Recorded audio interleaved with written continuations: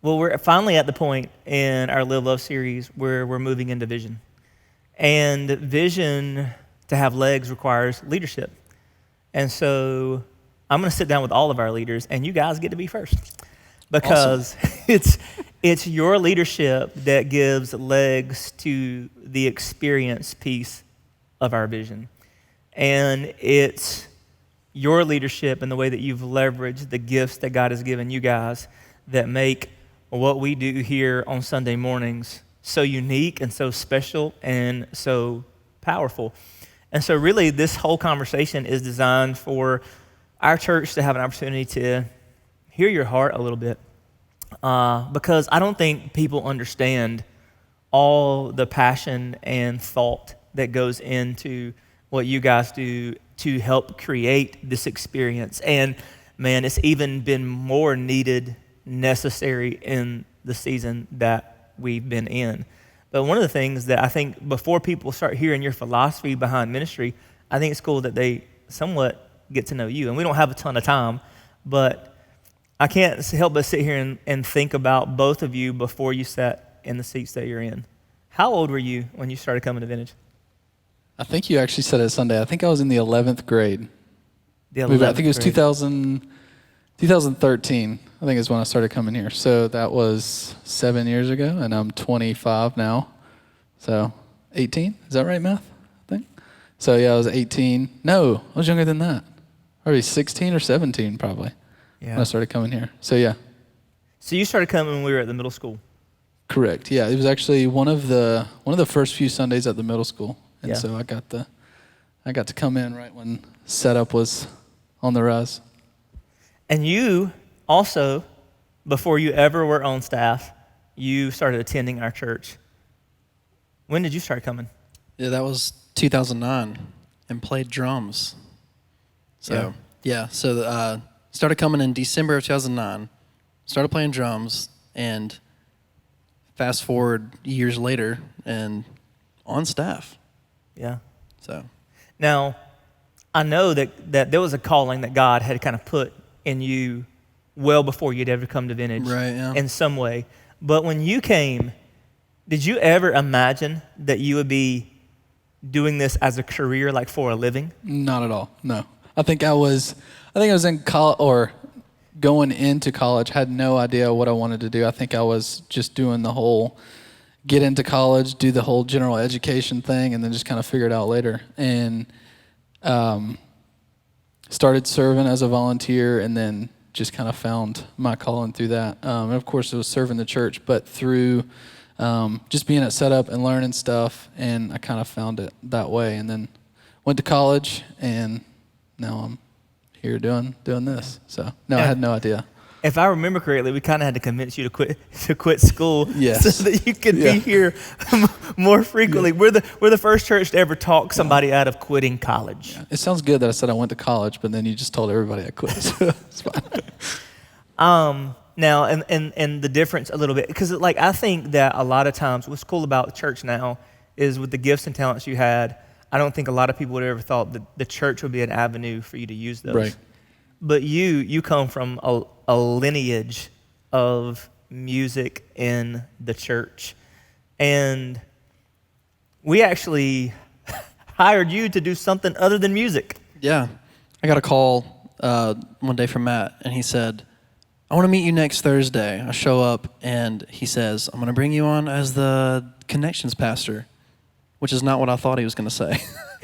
But yeah, I've always felt this calling into ministry, and grew up in ministry my entire life. My dad has been a worship pastor even before I was even born. My mom has always been heavily involved with him. And so I grew up as a pastor's kid, and which was awesome. Spent a lot of time in church, crawling under pews. We know how all that goes as church kids. But yeah, I've always been drawn to it. And on stage, very, very young, singing to playing drums at the age of 8. And true story, I'll never forget, I may not cry now. I'll never forget the day, I don't even know who this lady was, but at the church that I grew up at, I was playing drums. The pastor had the congregation kind of like shaking hands and stuff. And right before they were going to be seated for the message, this lady comes on the stage, puts her hands on my shoulders while I'm playing drums, and says in my ear, "You're going to do big things for God's kingdom."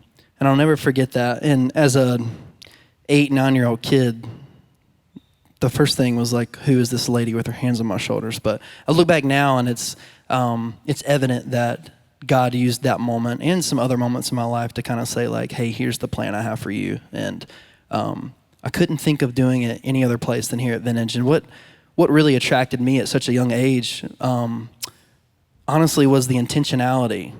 From the moment you walked into the door, we were eating spring rolls or egg rolls. In the Those were the high school days. High school, Yeah. We had some really cool people that would do like, I don't know what you call that, food for people that come to church. People who just loved us enough to bring us food. Yeah, they'd bring we the ate food it. and we ate it. Of course, And, the church was only like 50 people then, so yeah. it didn't require a lot.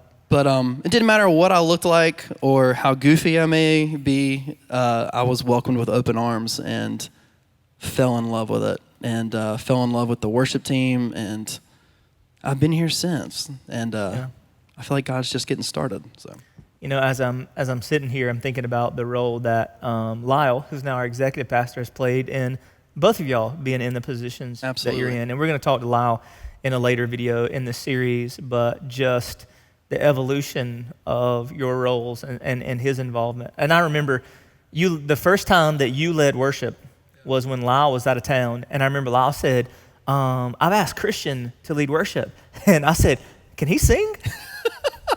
And I know that's so foreign probably to people right now in the room thinking about that, but I just knew you could play drums. And the day you led worship, I don't know, do you remember, I do remember that. what I said to you after that day? Yeah. Man. There it is.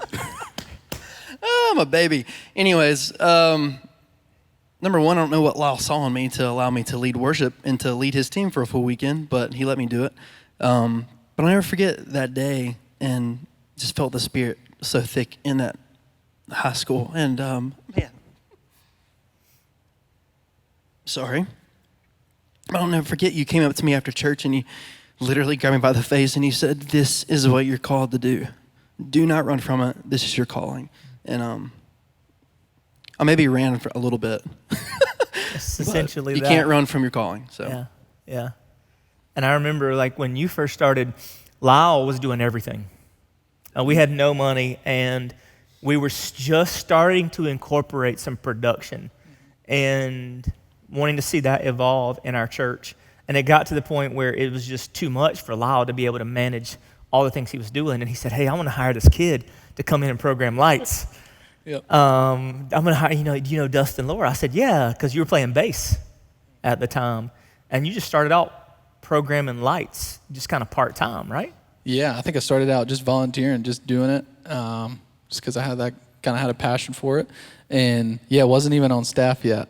And so I was just programming, had no idea what I was doing. Still kind of don't. But yeah, started out just volunteering, doing that, and then came on staff, and it just kind of grew from there. So Yeah. Well, and I think the reason why you guys are both here is because you served well when you were entrusted with little, that our team felt like we could give you more. And to watch it evolve into what it's gotten to now. And that's what I want people to hear. I mean, and the reason why we started where we started is because I want people to understand the heart of our leaders.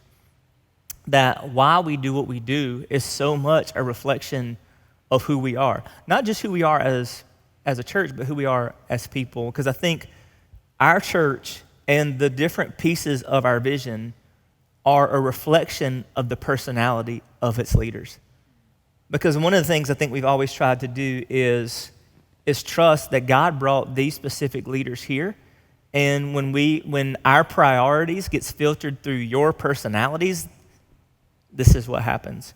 And the reason why that these two guys are up here together is because kind of your ministries very much work cohesively together. And when it comes to worship and production, to create this experience, this time when we collectively gather not under one roof anymore, but kind of in one space together, there's something we're trying to do. And so first off, talk about just the power of music and the place of worship in the gathering, and why it's so important to you, and why there's such passion there, and even kind of somewhat of a window into how we go about approaching our gatherings from a worship through music kind of standpoint. Yeah, no, absolutely. Something that you always say, actually, is how we do church, it's going to always change, but why we do what we do has never changed. So from the birth of Vintage Church, why we do the things we do has never changed. And I think that when you view it through that lens and that perspective, you're always looking for new and creative ways to express our worship to God. And so we're all the time trying to think of ways to make what we're doing better. And it's not that we're not content with the way things are going, because we love what we do and everybody here does such a great job. But we're always trying to push the envelope on giving God our best, and we think we're just getting started in Him opening up all sorts of creativity. And so we just have to kind of tap into it. But first and foremost, though, I would say that our goal is to give people an authentic encounter with Jesus. And the world is such a crazy place as it is. And so when people come into this place, we don't expect anybody to come into this room perfect or having all of their stuff together. We don't have all of our stuff together sometimes. But first and foremost is to show people the redemption and the love of Christ. And if we're doing that every single weekend, then we've hit the nail on the head. We can have all of the lights. We can have a really good, mix in the room, a good online mix. All of us can, hit all the right notes. But if we miss that aspect of it, then we've missed everything. So it's crucial for us to make sure that there's no wall or barrier from this stage to the people in the congregation, to the people at home. We want you guys to feel like you're here with us. And even when you're in the room, everything in here works cohesively together, and it's not just us up here and you guys out there. So yeah, does that kind of answer that? Yeah. We'll come back to some of that in a minute. But then from a production standpoint, because none of this is independent of each other. None of it. And that's one of the things that we've never, when I was growing up, do you remember they called the preliminaries? Do you remember that term? I do. Where there was all these things that led up to the grand part of the gathering, which was the sermon. And for us, all of that stuff is kind of on the same playing field. We're constantly teaching and trying to take somebody somewhere in this room every single weekend, and the sermon and the music and the production all are supposed to cohesively work together. So Dustin, from a production standpoint, what's in your heart and mind as you're thinking about knowing that that's the goal in mind? How do you approach this? Is a unique realm for a lot of people in the church, and most people coming to our church aren't used to this kind of thing. Right. But why are you passionate about leveraging this stuff to get people into a space to worship God? Yeah. And I think Christian said it at the end. We don't want this stage or what's happening on this stage to be a barrier with what's people come in with a lot. And my goal from a production standpoint, all of these are just tools. And I know we say that a lot, and I don't want it to become this cliche saying in the church. And we do not need all these things, but we believe we can use them to reach people. And that's what we do. We want to be creative in the church. And I think you said it, something about redeeming these lights, and they could be at a Marilyn Manson concert. Maybe this is a soapbox, but I can't stand that the mentality in the church world is it doesn't have to be excellent. And so I believe through my creativity that the Lord has given me that we can use this stuff to reach people, and it'd be better than a Beyonce concert, or you know what I'm saying? So that's my heart for what we do, and I'm very passionate about it and love making what we do better for the kingdom. So I think, there's this concept of our goal isn't to be cool, right, but at the same time, You know, we live in a culture where everything is competing for people's attention. And there's so much out there to draw people's eyes that I think we have a responsibility to try to do something that will cause people to take notice, to give us their attention that otherwise wouldn't.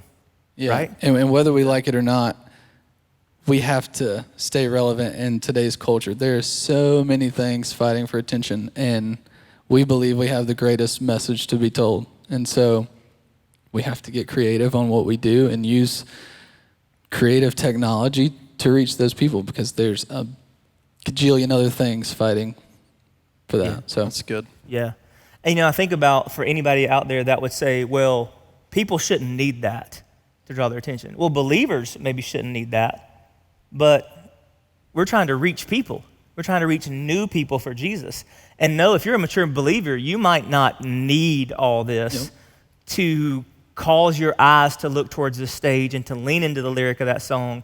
But there are people that sit in this room every single week that have not had yet a reason to pay attention.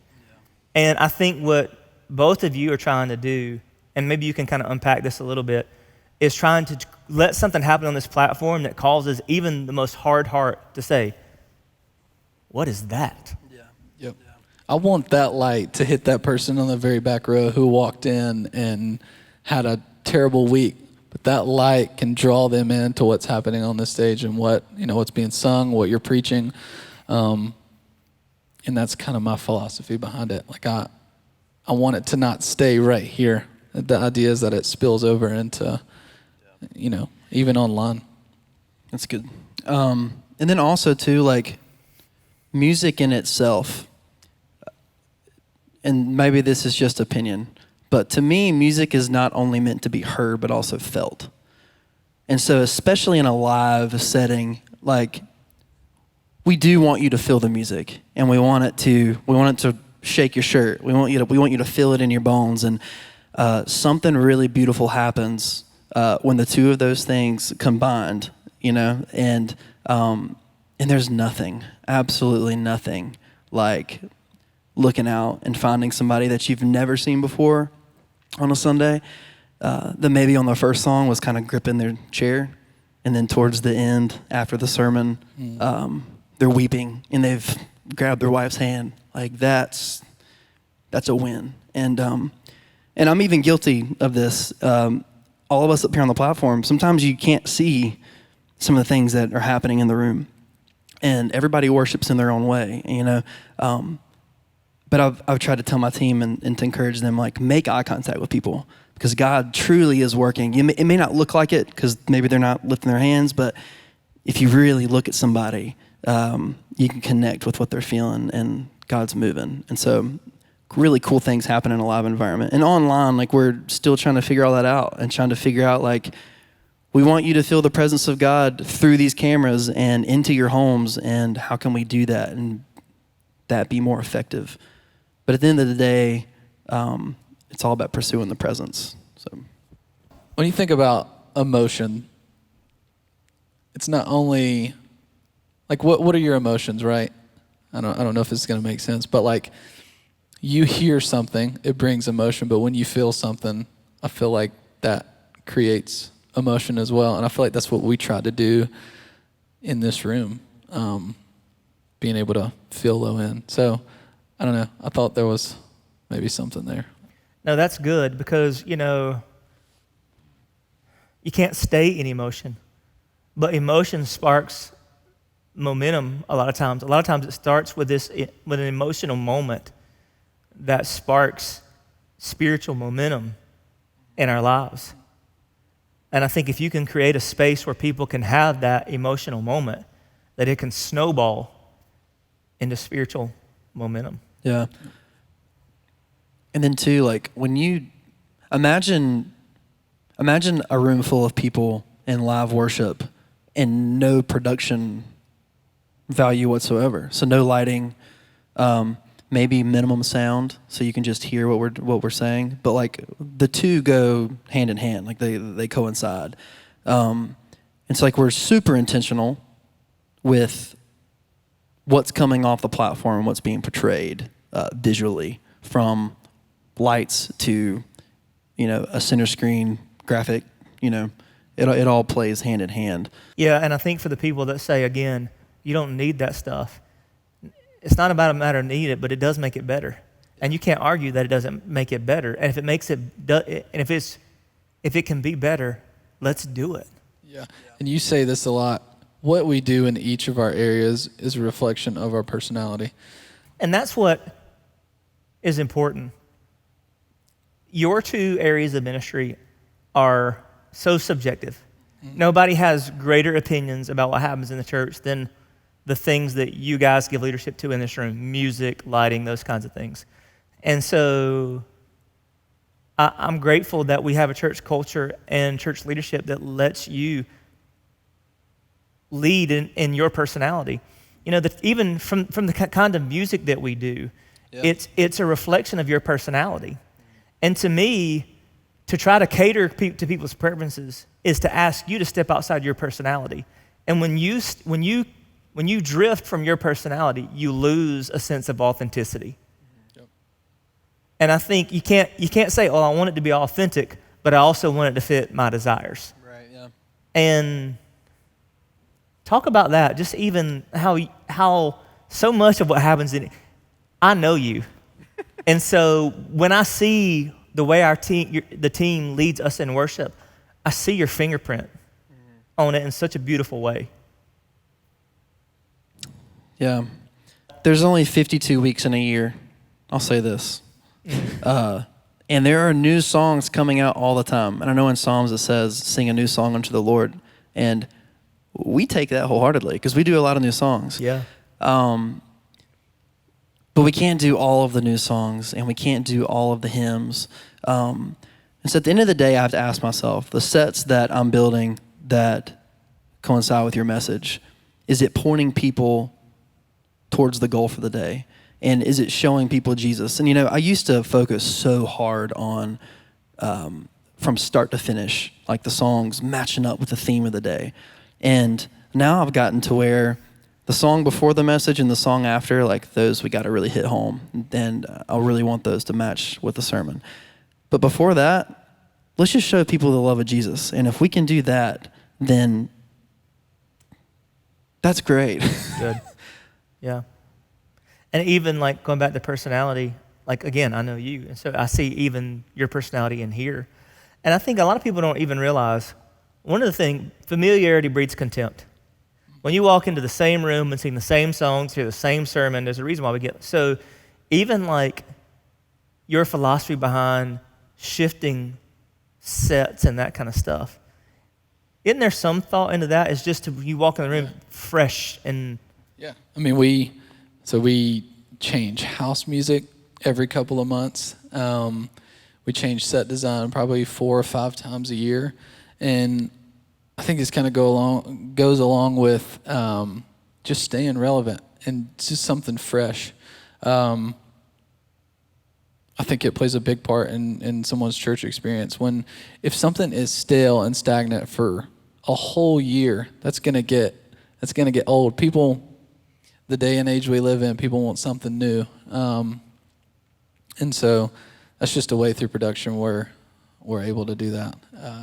Just making things fresh, and it's still putting forth our best effort because we believe we have the greatest message to be told, and let's make it good and not the same thing forever. Yeah. I think that's an element that I don't think people realize is, it can get so, church experience for a lot of us can get so rhythmic and routine that it's just robotic. And making those kind of changes that I don't think people appreciate. They experience it, but they definitely don't appreciate the work that you guys put into making that happen. As from a musical standpoint and from guys that are working 15 hours straight in this room to make these sets what they are. Yeah, and just being a good steward of the Lord's money.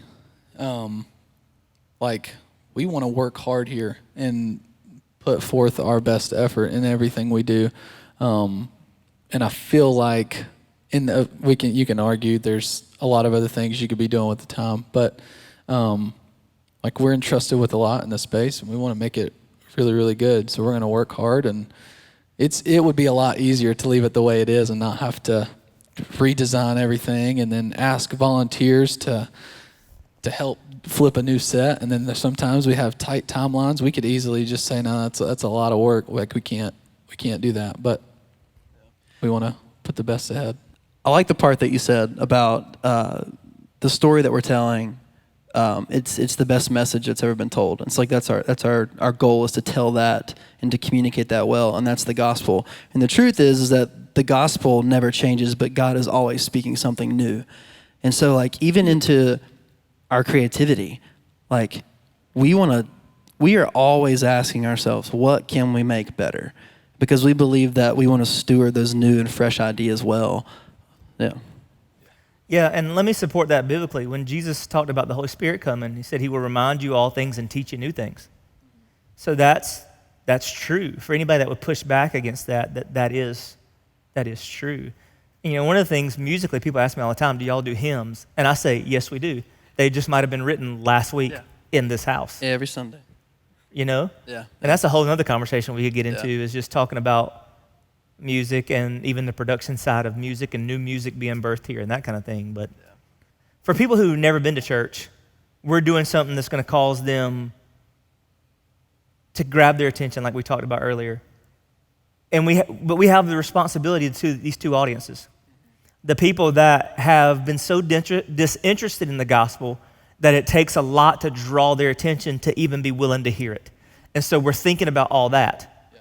Then at the same time, you got the people that have heard it since they were 12, so much that it's lost its wonder. Yeah. And we're trying to find a creative way to make them once again see how awesome it is. And I think the way that you guys handle it, it resonates with both. If you go on YouTube and you see Vintage Church for a year straight and nothing looks different, you're probably going to stop clicking on it. Maybe that's just me from a design standpoint, but you can probably say it a little bit better. But I would say that for us as leaders, we like to look at our church as a home, and it's our home, and it's your home, it's everybody's home that's here. And so I almost look at it as like, if you're to have a lot of people over to your house to eat dinner, you're going to light candles, as you can see. We want it to smell a certain way. We want it to feel a certain way. We want it to feel inviting and warm and a place that you don't want to leave. And honestly, an escape for people to come here on the weekend. We get that there's things that we do that people don't prefer. But as the lead pastor of our church, I will always allow our staff to lead in your personality and never ask you to lead outside of it. And knowing that we get the church for anybody, but we're not the church for everybody. And that if there's something about us they don't like, and when I say us, it really is us, because this is a reflection of who we are. Like, we're comfortable with that because we're not going to be something that we're not. We're never trying to be anything that we're not. And so everything that you see about this experience, from production to worship, is so genuinely a reflection of the personalities of you and your leadership, both of you, that I won't trade that for anything. And I'll say this too, because like that says a lot about your leadership and the fact that, you know, God called you and Ashley and your family to plant this church, and then to look at all of us leaders across the table and say, your areas of ministry, like, I trust you, and do what you feel like God's calling you to do. That's huge, and that doesn't happen everywhere. But because of that, there's definitely a freedom, I would say, in all areas across the board. 100%. Where our leaders feel like they can actually do what God's calling them to do. Yeah, because I will always be okay if somebody leaves our church because they say, I didn't like the lights. I'm okay with that. Or if somebody leaves our church because, well, I just don't like that music. I'm okay with that. What I'm not okay with is people walking away thinking those people were fake. Yeah. And to me, I'm not going to sacrifice one for the other. Yeah. And I feel like to do that, we would have to. Yeah. So this is us. Yeah. And you're welcome, but this is who we are. And you can feel when something's authentic the moment you pull in this campus. You know what I'm saying? And you can feel it. Just even with people out in the parking lot, in the lobby, how this place smells, how it feels. There's a level of authenticity that's within our staff, trickles down to volunteers and to our church, and people can see right through it if it's not authentic. So I feel like personally, maybe I'm biased, but I feel like we hit the nail on the head. So. Well, and that even reminds me, really, probably Jasmine or Rebecca, someone who's involved in our host team, should be up here, because that's just as much as part of our weekend experience. Yep. The weekend, we said the weekend experience or the gathering doesn't start when I step up here to preach. It also doesn't start when you strike a chord. It starts when you pull in the parking lot. Yeah, that's right. And the people that stand out there in the blazing heat or the freezing cold or the pouring rain, who are willing to just show you where to park and open a door for you and tell you where to check in your kids or to let you know where restrooms are or whatever. It is the gathering of God's people is a vital part. Or even from an online experience, the broadcast people and their team that's making sure that when people are having church and worshiping with us at home, that they're feeling like they're getting as quality as an experience as people in the room. That the collective, and I'm going to say this as a part of the sermon, but there is a biblical precedent and purpose for the gathering of God's people that is all throughout the scriptures and will never go away. Yeah, that's good. It evolves over time, as it has from the tabernacle in Moses to online church in 2020. But there's something beautifully powerful about knowing, even beyond our church, and it kind of gives me chills to think about it, that there's a day of the week where collectively the followers of Jesus decide to hit pause. Not because we don't come here out of obligation. We come here in expectation and with expectation that when we make time to intentionally remove ourselves from the distractions and competition of the world and settle in and focus on God, and you have an experience that allows you to be ready to worship through song and through giving and through serving and through leaning into the Word of God, that changes things. Yeah. I think we saw that firsthand with COVID. Yeah. I remember week 3, so week 1, 2, and 3, our teams were on fire. I remember, it was either week 3 or 4, I can't remember, but all of us just felt this overwhelming, like, this is not the same. And we all came to the conclusion, the body of Christ being together as one, worshiping together, holds so much value that I think we even realized pre-COVID, Yeah. And that's one thing I've thought about this week in preparing for this sermon. I don't value, this is going to sound really weird, I don't value the gathering of God's people because of the Bible. I value the gathering of God's people because firsthand what I have experienced in it. Not because I've read about it, not because I've heard about it, but because for 42 years of life, I've been gathering with the people of God, and I've felt those moments. And I long for it, not because I've read about it, but because I know what it can do in my own life. Yeah, that's good. And I think that's, at the end of the day, what we're trying to get people to realize is we collectively are trying to create something in this space that does that for people, what we've experienced in our lives. Yeah. It's a refocusing and a recentering of what's really important. And it's something that you have to, even personally, have to be super intentional about, even just as a churchgoer. You have to get up. You got to get your kids ready. You have to fight for it. And then when you get here, just relax. And our goal is to take you along with us on a spiritual journey. Yeah. And which is what you just said reinforces why we work so hard. Because we know it's a fight to get here. Yep. Yeah. And if you're going to go to that effort, we're going to work our tails off to make sure it was worth it for you. Yeah, that's good. Yeah. Your leadership gives legs to it, but your volunteers put their hands to the plow to make it happen. Yeah.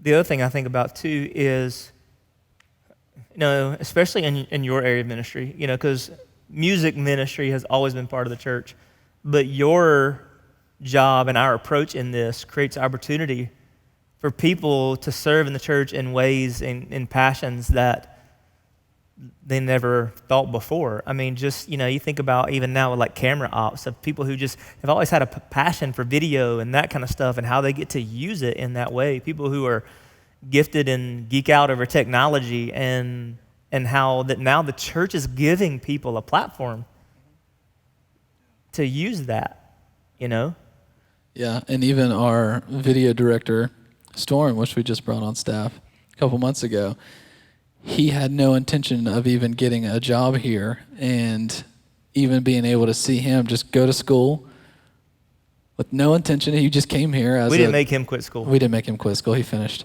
But like, this was a place where we were able to use like what the Lord's blessed us with, and now this dude has a job and he loves what he does and just has a passion for it. And I just think that's really cool that we have so many different spaces within our church that people can kind of live out their calling. That's cool. So. We're really going to cost him a lot of money because he could probably be making a lot more money in the future doing this at like a professional. Probably. I'm looking at Storm right now. He's behind the camera. But that's another story of Storm's behind the camera. How old were you when you started coming to our church? 18? Another story of God just bringing these people here in these stages of life and that's another thing I don't think that either one of you even understand what you're doing. Like these ministries are creating opportunities for people to find a way to serve the church long term. Not to sound like the grandpa on the stage, but when I was coming up, there was a couple things you could be in the church or you couldn't be anything. Right. You were going to be an assistant pastor, a youth pastor, a pastor, or this and that kind of thing. And to watch the way that we do church, giving people the platform to fulfill their purpose in ways that never before. And to me, even as we sit here and talk, I'm as grateful for that as anything. Yeah. That the fact that in the evolution of church and us developing online as a platform for our ministry, we've created a space for somebody to make a living serving the church in that manner where, Storm at times would have to make a hard choice of, am I going to go and do video? And sometimes pursuing that career going to put me in a position where maybe even I have to compromise my faith in that film industry, because that can, not to get off on a tangent, but that can be kind of sideways. But knowing now, God can use that gift to flood all kinds of avenues with the gospel. And we've seen it this year more than ever. Right. And from a production standpoint, our team has more than doubled this year just adding video, which is crazy. And there's so many different opportunities now to serve, and it's super cool. So. Yeah. And it's easy to look at, you could say, yeah, Christian's the worship pastor and Dustin's production director, and these things happen because of them. But we literally cannot do it without our people. We can't do it without our volunteers. And somehow, some way, God has blessed us with the most incredible, talented, pure-hearted people that we could ask for. And like I was literally telling Dustin yesterday that on Mondays, I'll come into the office and I'll rewatch the online broadcast and just blown away and so proud of just what God's doing here in the little town of Randleman, out of all places. And, that even, we love our volunteers so much, and we try so hard to make their areas fun and enjoyable, and, even down to like our processes and how we do run through and line check. And like, we want when our people come in, we want this to be enjoyable. And like Sunday can already be stressful. We're trying to meet deadlines and times, but we know what they sacrifice week in and week out. And so thank you. We love you. Yeah. And it's true. One thing that I think is so unique about like our leadership team is and you always say this, that our ministries are not individual silos, and they all work collectively together. But that's something that I think is so unique about our teams, is that there's a deep rooted chemistry that has been developed over years, that, like, just this week, Dustin is giving me song suggestions for a weekend gathering. And I'm like, yes, that's awesome. Or I'm giving ideas to Storm about camera shots. And he's like, all right, cool, yeah. And, like, we all are trying to work on this thing together to make it better. And even just this week, like, we meet weekly now on how we can make the experience better from start to finish, before people even step foot on the stage, before people even step foot in the parking lot. And we just have this, like, overwhelming goal to make sure that everything is cohesive from beginning to end. Mm-hmm. And so that kind of, like, encompasses the whole experience. And if all of us weren't on the same page, and I was doing my own thing, and Dustin did his own thing, and Storm did his own thing, it wouldn't be as effective as it is. So there's a level of teamwork that all of us operate in that has really helped take us to new levels. We have always approached our worship gatherings that each week we're trying to take people to a place they need to go. That there is a singular destination, and that destination is some truth that God wants us to lean into that will change our lives. And that doesn't start when somebody steps up here to start preaching. It starts from the moment they walk in the door. And I'm grateful for what you guys create to make that happen. And we could be here for hours unpacking all the things that go into how you approach this. But thanks for giving us a window into your heart. Absolutely. Absolutely. Thank you. Thank you. Love you both. Love you, man. Love you, dude.